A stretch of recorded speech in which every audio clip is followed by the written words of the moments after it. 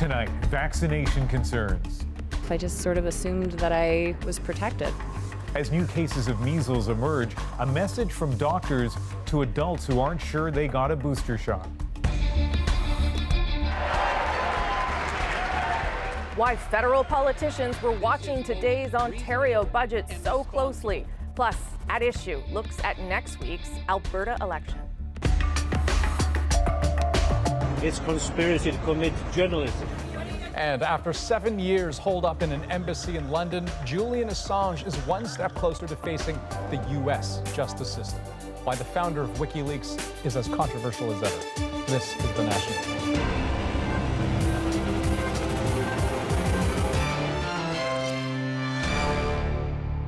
His arrest may be as polarizing as his work, but tonight, Julian Assange is in custody. Still a hero to some and still a villain to others. Two very different views of the man who leaked secrets. Remember, WikiLeaks published many of the stolen emails that damaged Hillary Clinton's run for president in 2016. But it really became a household name when it released this video in 2010.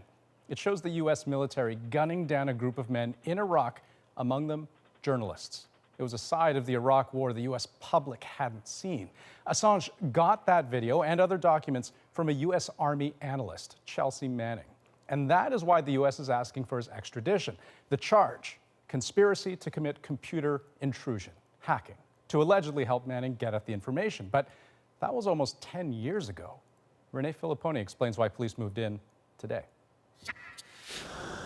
Dragged by police out of the embassy where he's lived for nearly 7 years, Julian Assange's face shows the passage of time.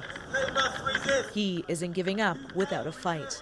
Since 2010, we've warned that Julian Assange would face prosecution and extradition to the Outside the courthouse, his lawyers say the U.S. extradition request and indictment unsealed today proves they were right.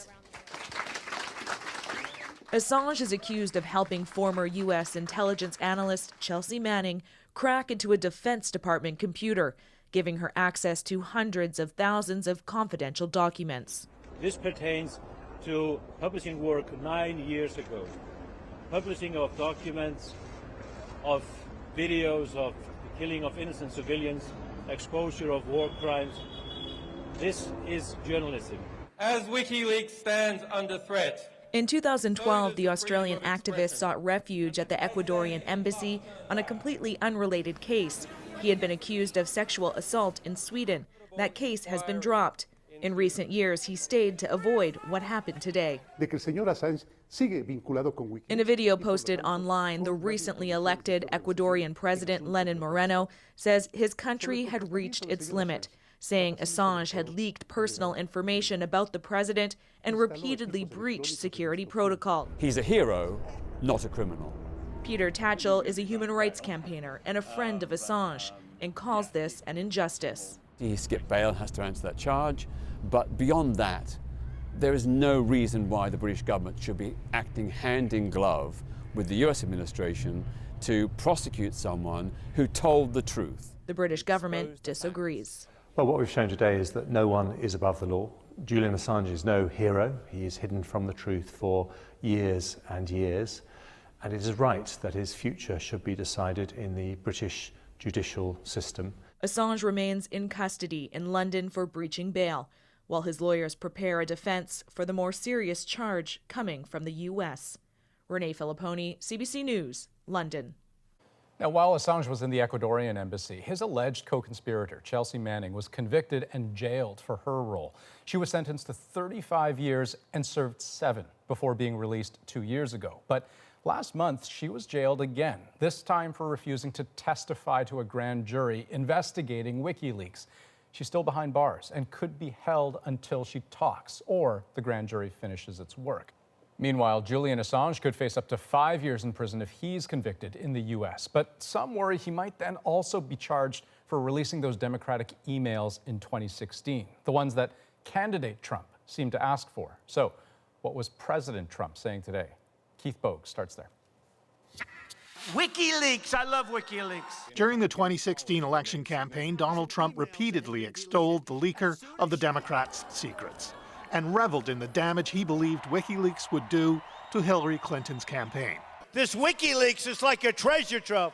It's a different story now that Julian Assange is under arrest and facing a criminal conspiracy charge for the theft of official U.S. secrets. Do you still love WikiLeaks? I know nothing about WikiLeaks. It's not my thing. I know nothing really about them. I don't really have any opinion. Trump's longtime friend and advisor Roger Stone has boasted that he kept the Trump campaign in direct touch with Assange. He faces criminal charges for trying to cover up his contacts with WikiLeaks. He became a willing player with the Russians. Democrats are hoping an Assange extradition means they'll get some answers about what was going on between Russia, WikiLeaks, and the Trump campaign. I think it's very good for us to finally get him on U.S. soil. So we can investigate, we can basically cross-examine, we can find out the facts that only he knows, and his connections, and how he basically distributed his information. WikiLeaks believes that's the whole game, that the charge today is an attempt to get Assange extradited to the U.S. on one crime and then force him to testify or be prosecuted on other things. There is no assurance that there will not be additional charges when he is on U.S. soil. But that's not how the law works. Whatever the U.S. requests Assange to be extradited on, whatever charges, that is all he can be prosecuted on once he's here. And if that's the case, then it means the U.S. will have to lay out all the charges it wants to prosecute against Assange as part of its application for extradition. Andrew? So, Keith, it seems clear there's been an evolution in the way Trump perceives Assange, but there was a time when Americans were really divided. I mean, was he a whistleblowing journalist or a threat to U.S. national security? Is that still the case? Well, not to the extent it was. And that's because of what we've learned with the passage of time. Assange really does seem to focus more on exposing U.S. secrets than those of other countries such as Russia or China. And in the 2016 election, he seemed clearly to be a Russian tool in the dissemination of the Clinton campaign emails. He even had his own show on Russian state television for a while, and all of that has largely obliterated the reputation he was cultivating. Okay, Keith Bogan, Washington. Thanks very much. Thank you. And there was another big international story today. Ian, you've been watching that one. Andrew, one of the world's longest-serving leaders has been toppled in a military coup. Omar al-Bashir was president of Sudan for nearly 30 years. Protesters took to the streets for months demanding he resign, and they're happy now that he's gone. But as the CBC's Margaret Evans tells us, their fight for change is not over. The scenes on the streets of Khartoum today were initially those of celebration, a taste of what freedom might feel like, and all recorded for posterity on a mobile phone. News that Sudan's President Omar al-Bashir had been ousted was delivered by his old ally, the Defense Minister, Lieutenant General Ahmed Awad bin Auf. I announced the toppling of the regime, he's saying, and the detaining of its chief in a secure place. Those not already on the streets rushed outside to celebrate. To see al-Bashir stepping down is enough for us, says this woman. Oh, our young people, this is such a joy. But perhaps a short-lived one. Many Sudanese, say analysts, see the general as a mirror of the man he just deposed. He's someone who, as a political leader as much as an army leader, is part of the deep state in Sudan. He is part of the network that President Bashir has built up over the last 30 years to insulate his government. There are many on the streets crying foul, calling the coup a charade designed to save al-Bashir, not oust him. Fadia Halaf is a protester reached by the CBC today. We're going to carry on protesting. We do not want to recycle the same regime over and over again. That's impossible. Al-Bashir himself came to power in a military coup in 1989, enduring for decades, despite being accused of genocide in Darfur in the 2000s by the International Criminal Court in The Hague. The protests leading to his apparent downfall today began in December over the price of bread. The civil society groups that have led them are now calling on people to stay on the streets, to keep protesting until they win a civilian transition to democracy. The protests will go on, says this man, until the Sudanese people are assured their revolution will not be stolen from them. Much now will depend on how the army reacts if the people do stay on the streets. The battle for Sudan's future still unfolding. Margaret Evans, CBC News, London. According to Statistics Canada, more than 10,000 people from Sudan live in this country. We spoke to a couple of them whose stories explain why what's happening there hits very close to home. I left Sudan in July of the year 2000. I was 12 years old when I left. I left Sudan in 2003. I forced to leave the country because I get threat. If you're not leaving, your life it will be in dangers. The terror that I remember most was a day when I was watching TV with my dad, and then we heard a knock on the door, and it was people from the security forces, and they'd come to confiscate my dad's truck. And that was the day that they ordered him to shut down his business. And hearing that knock on the door was a terrifying moment. I'm a leader in student union when I was in the university. I get arrested there. I'm been there for 2 weeks. Tortures. I get beaten with the sticks, and also they take us all the clothes, only with the underwear, and then they start putting they put the cigarettes pads in our body, and I still have in my skin I have the torture in my skin. I still have the mark. I saw my dad's anger at just how repressive the regime was. It's a very bad time in my life. So there's a lot of excitement, there's a lot of hope that the people who are protesting are able to affect change, but there's also kind of like this moment of confusion of what was this all for if it's just going to be a military dictatorship for the next 2 years. Bashir is gone. Yes, we are happy. We're not only calling for a person. This is the state. This is a country. This is our life, our people's life, and the change will happen, and will happen soon.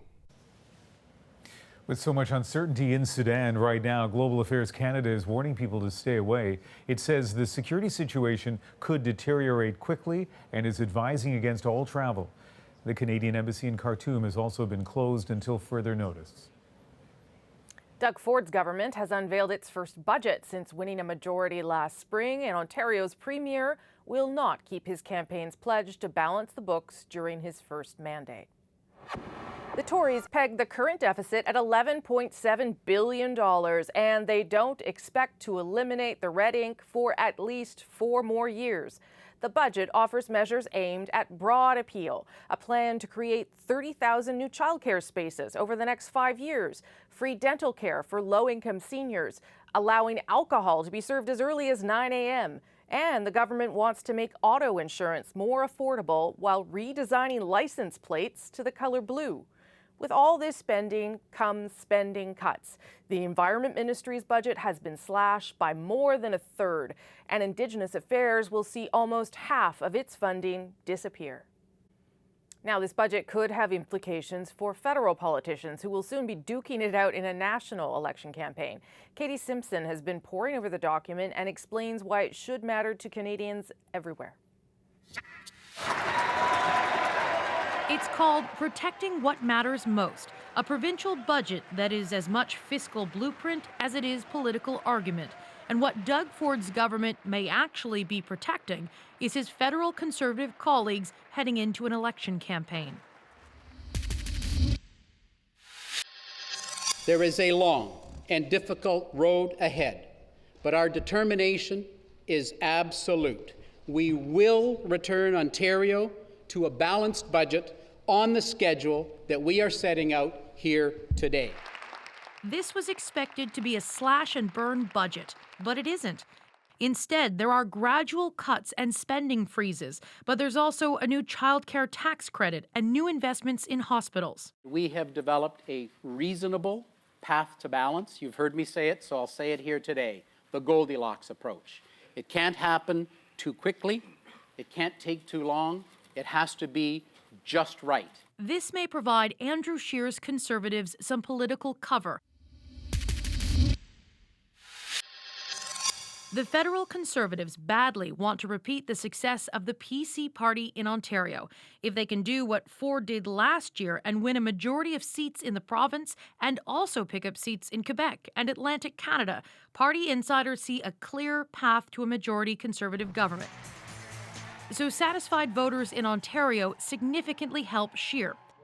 The lack of deep cuts may make criticism more complicated for the Liberals, though the budget does take aim at the Trudeau government's priorities. Indigenous affairs cut by close to 50%, cuts to the fighting forest fires by 67%, cuts to housing are about 30%.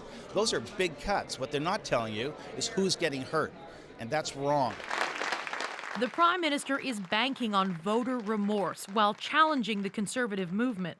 Justin Trudeau has lumped all prominent Conservatives together, Ford, Scheer, and the front-runner to become Alberta Premier Jason Kenney, in the hopes that missteps at any level hurt his direct opponent. Ford is clearly trying to hurt Trudeau's government in this budget. There are 73 different references to the federal carbon tax, and nearly all highlight how the province canceled its cap-and-trade program. It's a tax with the word carbon in front of it. It does nothing for the environment, absolutely nothing. So it's just another tax grab from the federal government. This foreshadows the fight that will dominate the fall election. My first act as Prime Minister will be to scrap Justin Trudeau's carbon tax. They've seen that the first thing they'll do, if elected, is to make pollution free again. Both leaders look comfortable waging this battle from their very different positions, which will be tested over the next 6 months. Katie Simpson, CBC News, Toronto. Now, the Ford government says it'll also come up with a strategy to tackle the province's debt, currently pegged at $343 billion. That's the highest in Canada. The Premier and the Finance Minister say they'll give up 10% of their salaries if they fail to report on how that debt reduction is going annually. Here are some other stories we're following tonight. We're learning more about the woman stabbed to death in Toronto's underground path system last night. Everybody always said that she was a ray of sunshine. Very, very happy person. Police believe the 51-year-old woman was specifically targeted. Witnesses say her screams could be heard echoing through the underground walkway. Homicide detectives are looking for a male suspect believed to be in his 20s. I dig all my winter stuff out, boots, everything again. I put them all away. I thought we were done. Much of the central U.S. engulfed in blizzard warnings as the second major storm in less than a month continues to hit the region. Daily snowfall records have been broken in multiple cities, and wind gusts in excess of 160 kilometers an hour have been recorded. And for travelers, lots of challenges. If convicted of the 36 crimes alleged in the indictment, Mr. Avenatti would face a statutory maximum sentence of 333 years in federal prison. A U.S. federal grand jury has indicted celebrity attorney Michael Avenatti on 36 counts, including embezzlement, wire fraud, and tax evasion. The Trump critic who represented Stormy Daniels is alleged to have stolen millions from clients. Avenatti tweeted saying he plans to fight all the charges. And still ahead on The National, the women who say a nurse drugged them into early labor. And it's at issue night, and with the Alberta election right around the corner, the gang has plenty to talk about. And think you've been vaccinated against the measles? If you were born in a certain time period, you may need a boost. I don't know. I mean, my kids are vaccinated. That's definitely on my radar, but for myself, I just sort of assumed that I was protected. Next, to those of you who might want to head in for a checkup.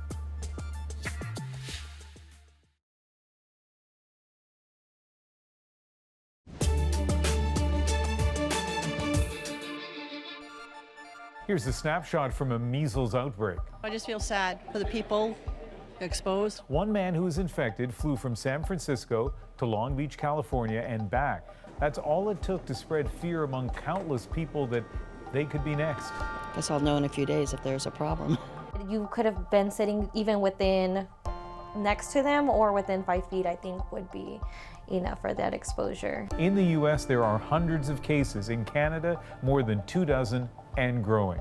When we talk about the importance of having our children vaccinated, we have to make sure that Canadians are aware that the information that we're giving to them is based on scientific information. The government budgets $5 million a year to educate parents on immunizing their kids. And it's not just children who need vaccinations. If you're from a certain generation, you may have less protection than you think and less than you need. Cass Rusi tells us who's at risk. Today, most physicians vaccinate. When vaccines for measles were first introduced in the 1970s, a single dose in childhood was considered protection for life. At least that was the thinking back then. As it turned out, that was good enough for about 85% of people, but about 15% of people would have a wearing off of the vaccine, and then they would become susceptible to getting the measles. Meaning some people born between 1970 and the mid-90s could be unknowingly under-vaccinated today. Those people may be walking around out there and they may be susceptible to measles and not realize it. Some of them, she realized, were her own patients. It looks like about a quarter of our practices may be made up of that cohort of people. It's a large group of people. It could also be the case for other childhood infections like whooping cough or chicken pox. That's why a second shot, a booster for measles, became standard practice in the 90s. A surprise to many today. I mean, my kids are vaccinated. That's definitely on my radar, but for myself, I just sort of assumed that I was protected. So now I'm going to go check. Anthony Acab, born in 1975, didn't even know he needed a booster shot.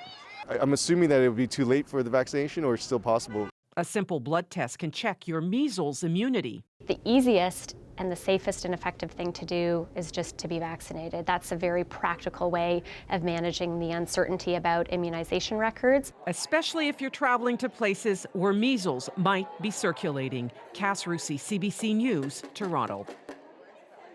Still ahead on the National, my favorite day. The last few days of campaigning are underway in Alberta. So how's it all going down? At Issue is here. And later, our moment. Tonight is senior prom in Sudbury, Ontario, but we're not talking about high school seniors. I had so much fun yesterday finding my aqua and polka dot dress. I think they really just enjoy a night for themselves. I think they were pretty excited because some of them showed up at 4 o'clock.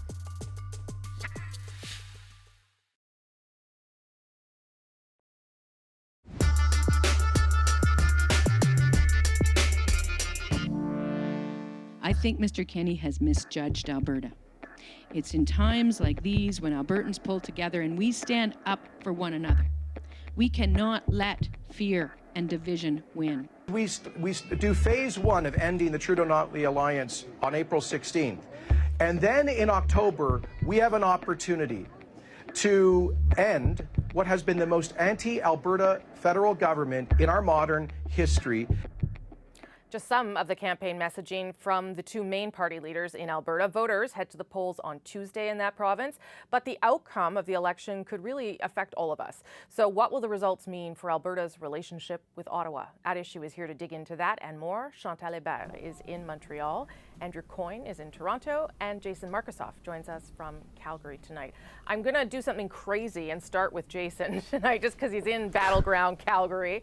What has struck me through this election, watching it from afar, Jason, is the way that Kenney has tried to set up the Prime Minister as the person that he's fighting, and as though there is this tight alliance between Justin Trudeau and Rachel Notley. How has that been working for him?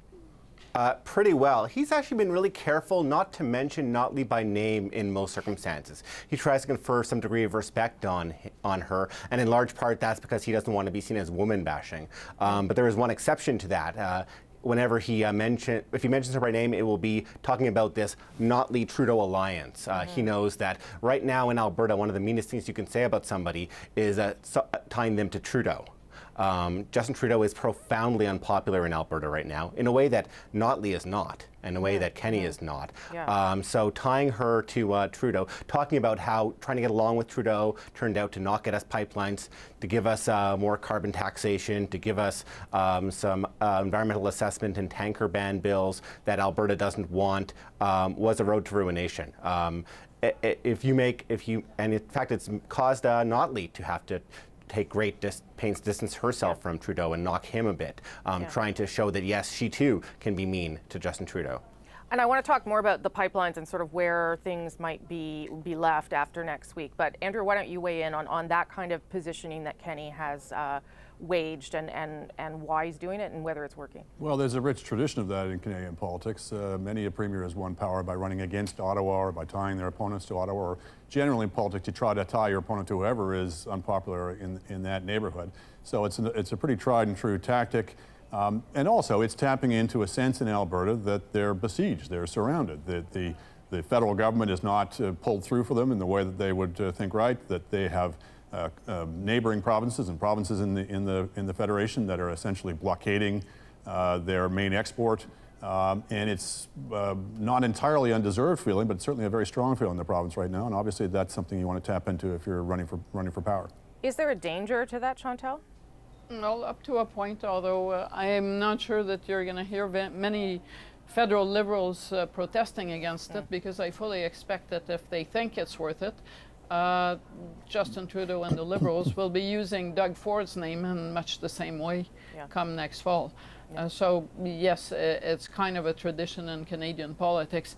Of course, that's the first part in the case of Jason Kenney of a gamble, and the easy part, that is I'm going to beat Justin Trudeau by proxy in Alberta. But that second part involves, for all that Alberta has seats, Justin Trudeau won't be unseated by Alberta next fall. It's going to require some cooperation from provinces like BC and Quebec that Jason Kenney has been taking shots at and wants to take shots at as premier. And it is a big gamble in the sense that come October 22nd, after the federal election, the way this is lining up, Alberta will be all in the government federally or all out in opposition. So where does this leave us now on the issue of the pipeline? I'll start with you, Jason. Jason Kenney has said I think he would take the caps off the emissions of the oil sands, which is a pretty important part of why the federal government agreed to build the thing. I agree. Nothing has happened yet, but it's an important part there. So he scraps the carbon tax as well. That's right. He so creates I a whole bunch of different. Where would the pipeline be left then if Kenney were to win on Tuesday? It puts Justin Trudeau in a really tricky place when he's talking about balancing the environment and the economy, as he does every single chance he gets. He's talking about what Rachel Notley was doing. Rachel Notley's climate plan was designed in part not just to clean the environment, but also to win over some anti-pipeline opponents. She didn't win them all over, but it does seem that there has been more approval in the country for the Trans Mountain Pipeline under her leadership and with her climate plan. If Kenney takes a lot of that away, which he's promising to do, that becomes harder for Trudeau. That said, if he's serious about this pipeline, if he's serious about making a reconciliation with some of the pro-pipeline First Nations bands, of which there are many, and accommodating the more concerned ones, which he's been doing, it seems like it could be a very risky game if he's going to refuse it just to spite Jason Kenney.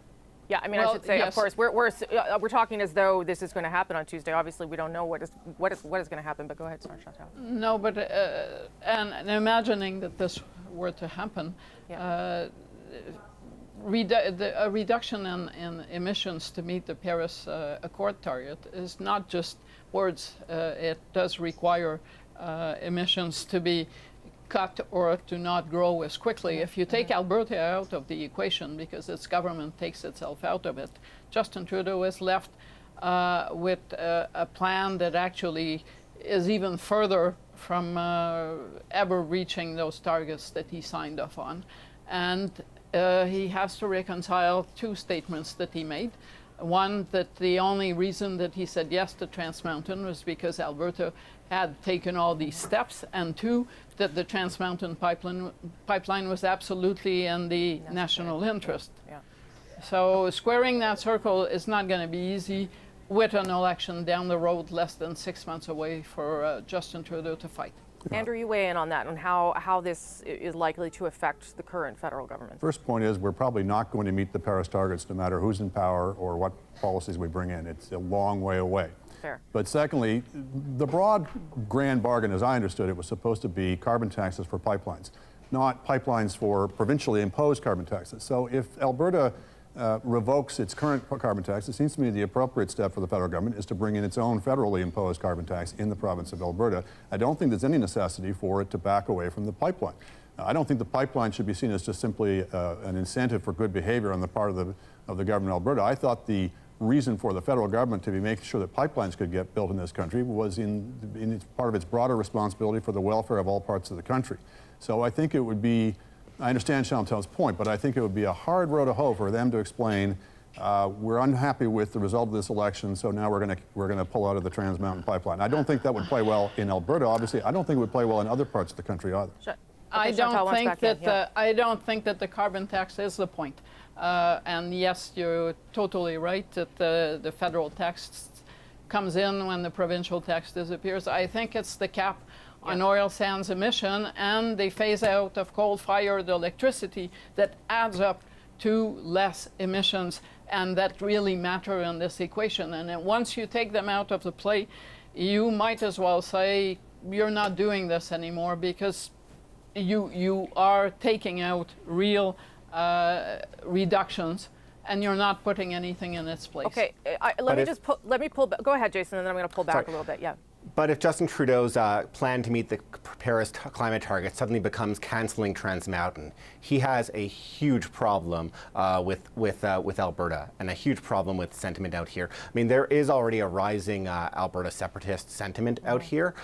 If that becomes his decision, cancel Trans Mountain outright because of the Paris climate targets, he has a much larger problem than some climate change issues. And canceling Trans Mountain doesn't get us anywhere closer to the Paris targets. I mean, it doesn't affect it one way or the other. You can, I take Chantal's point about whether, you know, if you don't want to bring in a high enough carbon tax to make your targets, then you do these other measures, so that's fair good.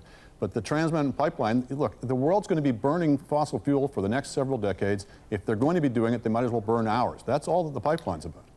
I'll just go back to the notion that the Prime Minister has made two statements that he will have a hard time reconciling. One being that he said yes to Trans Mountain because Alberta was doing a lot to cut carbon emissions and meeting Canada's goals, or working in that direction, and two, that it was in the national interest to build the pipeline.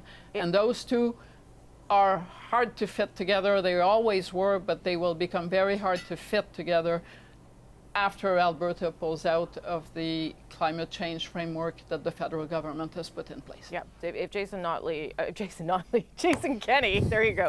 Jason Kenney wins on Tuesday, things get a lot more complicated for Justin Trudeau. One quick go round. I think you've sort of broadly touched on it, but it is important for all of us to watch this election, and the reasons would be why. Jason, what is the thing that other Canadians should think about as we're watching results roll in on Tuesday? I mean, if Notley comes into power, it's fairly status quo. People will still be frustrated in Alberta, the Conservatives, but it will signal that Alberta agrees on climate change, agrees with her softer approach on pipeline. One interesting thing to watch is how much Justin Trudeau copies some of Notley's playbook. Notley and some of her surrogates have been strip mining the social media accounts and other backgrounds of every single Conservative candidate possible to associate them with white nationalism, homophobia, racism. Some of it warranted, mind you, but to really paint a very sinister picture of Jason Kenney that is a bit over the top, is a bit exaggerative in the campaign context. And if that works for her and helps her win, you can bet your bottom dollar you're going to see Justin Trudeau making that same approach to take out Scheer. Yeah, it's been pretty ugly. Quickly, Andrew. I think you're already seeing that, in fact. Yeah. If Jason Kenney wins, then you've got a belt of Conservative premiers all the way from Alberta through to New Brunswick. 3-4 years ago, I think there was maybe one Conservative, small C Conservative government in the country. So that's a formidable belt of opposition towards the federal government, particularly on the carbon tax file. But Mr. Kenney in particular has also announced a pretty provocative and confrontational agenda in terms of having a referendum on equalization, as if that could unilaterally change the equalization formula, taking on BC and saying we're going to cut off the oil supply to BC, and of course on the carbon tax file. So we're in for quite fisticuffs at the federal provincial level. Last word to you, Chantal. It also, up to a point, is risky for Andrew Scheer, because if you're going to have an Alberta premier that is taking shots at BC and Quebec, and a federal conservative leader who says, make me prime minister, and I'm joined at the hip with that premier, a lot of voters in those two provinces may say, I'm not sure that's what I want. Mm-hmm. Although, as our friend Aaron Wary wrote this morning too, it also gives the prime minister potential for lots of good enemies as he heads into an election too. Okay, thanks everybody. I'm going to be out there on Sunday, Jason, so you can, I'll buy you a beer. How about that? Works for me. Okay, thanks everybody. Before we go, be sure to subscribe to At Issue, the podcast, for extra content. This week, we're talking about lawsuit threats and the latest in, remember this, the SNC Lavalin affair. 1 week off. Look for it on iTunes, any major podcast app, our website, cbcnews.ca/The National.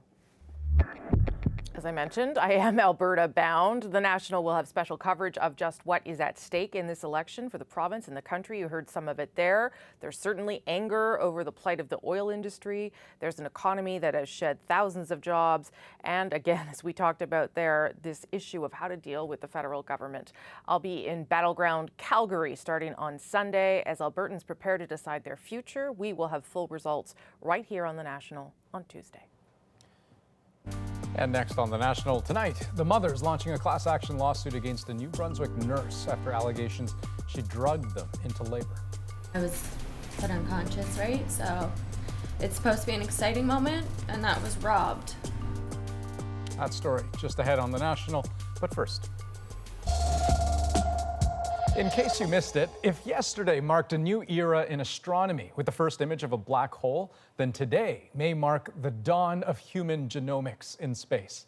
NASA has revealed the results of its twins study, showing how a year in orbit changed astronaut Scott Kelly. And liftoff. To remind you, Kelly blasted off in March 2015, and for the next 340 days, he was a living, breathing experiment measured and tested to find out what being in space over a long period does to the human body.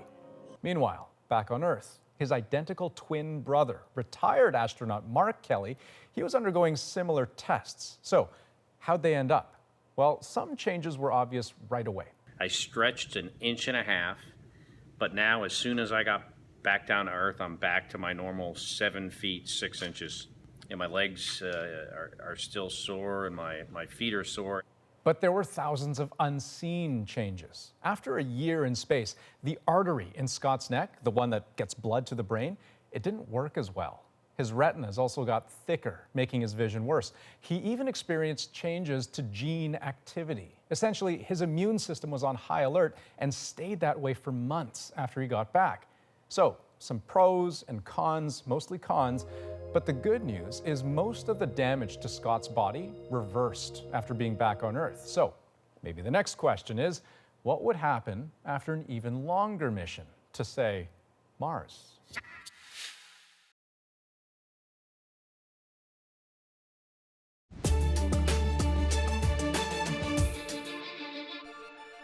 Here are some of the stories we're watching on The National tonight. I'm very happy that in his short life, he was able to motivate people.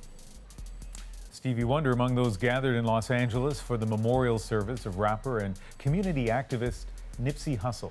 Tickets to the service at Staples Center were free, and all 21,000 were gone within minutes.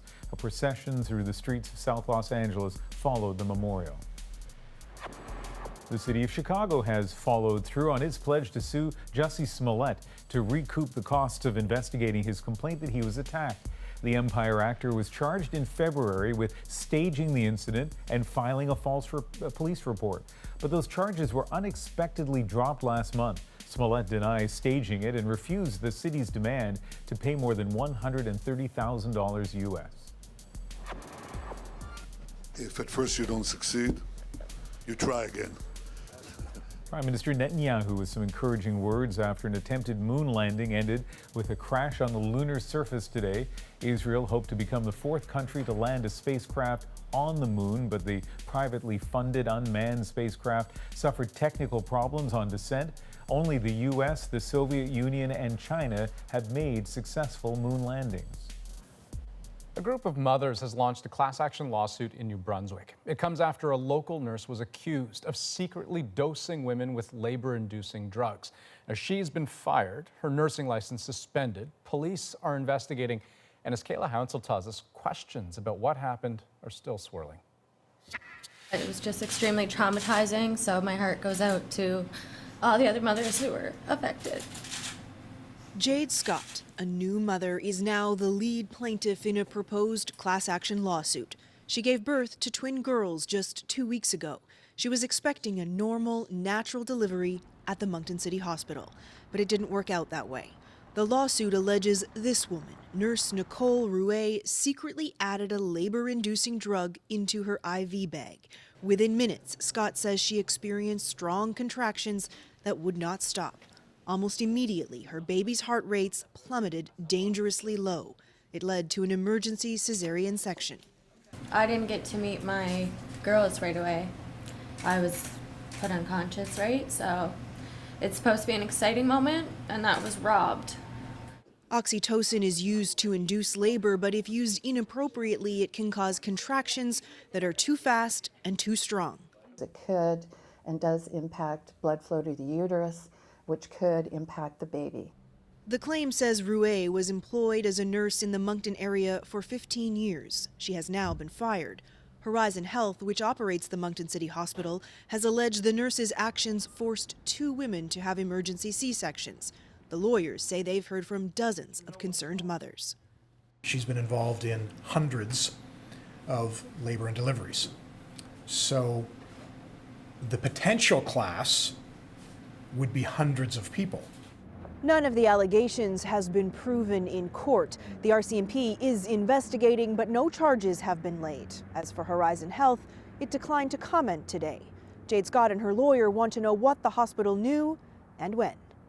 Kayla Hounsell, CBC News, Moncton. Next, a Casablanca-themed prom for Sudbury's senior citizens. In our moment, the beginning of a beautiful friendship. This is just the start of what could be accomplished between young adults and seniors. And wouldn't that be a wonderful thing for both sides?